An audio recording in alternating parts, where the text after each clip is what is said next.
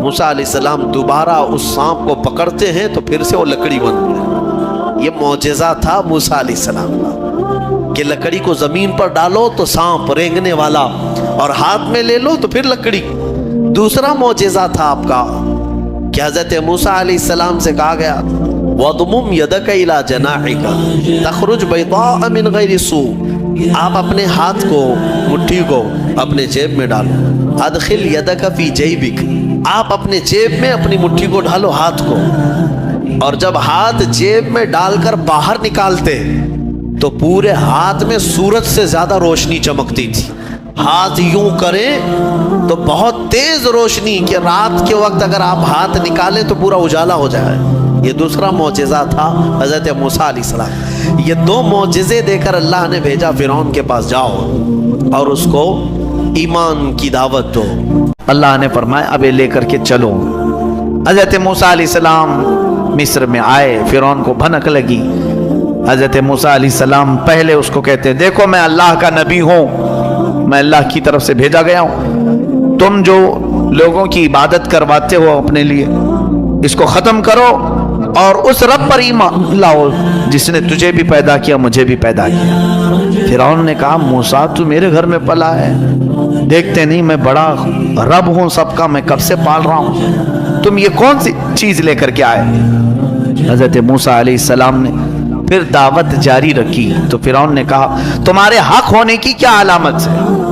موسیٰ علیہ السلام نے کہا مجھے اللہ تعالیٰ نے غیب سے کچھ طاقت عطا فرمائی، میں وہ تجھے دکھاؤں گا۔ فرعون نے کہا ایسی تو طاقتیں میرے پاس بہت ہیں۔ کہا لے آؤ، تمہاری جتنی طاقتیں جمع کرو میرے مقابل میں سب کو لے آؤ۔ فرعون نے اپنے زمانے کے سارے جادوگروں کو جمع کیا، کہا موسیٰ کا مقابلہ کرنا ہے۔ سب جادوگر آئے، بڑے بڑے جادو کرنے والے، تو وہ سارے جادوگر آئے موسیٰ علیہ السلام کے مقابل میں ایک میدان میں سب جمع ہوئے۔ موسیٰ علیہ السلام نے فرمایا تم کیا دکھانا چاہتے ہو؟ تو وہ چھوٹی چھوٹی رسیاں لے کر کے آئے تھے۔ کہا کہ اے موسیٰ ہمارے پاس بڑی طاقت ہے، ہم بہت ساری چیزوں کی حقیقت بدل دیتے ہیں۔ کہا ٹھیک ہے دکھاؤ۔ انہوں نے اپنی رسیاں میدان میں ڈالیں تو سب کے سب وہ سانپ بن کر کے لوٹنے لگے۔ اتنے سانپ کے میدان بھر گیا، سب کے پاس جو جو رسیاں تھیں۔ اب موسیٰ علیہ السلام کو رب نے فرمایا اے موسیٰ تم اپنا عصا بھی ڈالو، اپنی لکڑی ڈالو۔ موسیٰ علیہ السلام اپنا عصا ڈالتے ہیں، یہ بڑا اژدہا منہ کھولا، وہ سارے سانپ کے بچے چلے گئے منہ میں، سب نکل گیا وہ ایک ہی سانس میں، سب کھا گیا۔ پکڑ لیا آپ نے، کہا اور ڈالو، اور کچھ ہے؟ تو وہ سب کانپنے لگے۔ اس لیے کہ تفسیر میں بزرگ فرماتے ہیں، مفسر شہیر احمد یار خان نعیمی رحمۃ اللہ علیہ، ان کو معلوم تھا رسیاں کھا گیا اور تھوڑی دیر کھڑے رہیں گے تو ہم کو بھی کھا سکتا ہے۔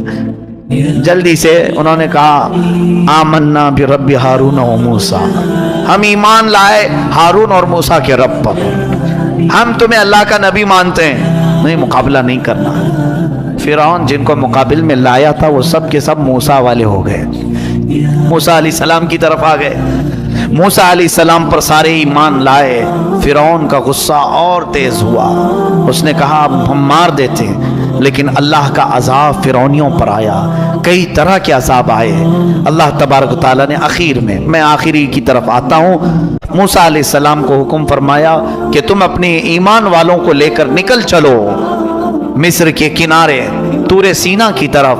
حضرت موسیٰ علیہ السلام نکلے اپنی فوج کو لے کر، بیچ میں سمندر آتا ہے، اللہ نے حکم فرمایا اپنا عصا اس پر مارو۔ ایک لکڑی ہے، کام کتنے کرتی ہے، کیا کیا کام ہے، سارے لوگوں سے مقابلہ بھی اسی کا کام ہے۔ اللہ کے نبیوں کے ہاتھ سے جو چیز لگ جاتی ہے اس کی عظمت ہی کچھ اور ہوتی ہے۔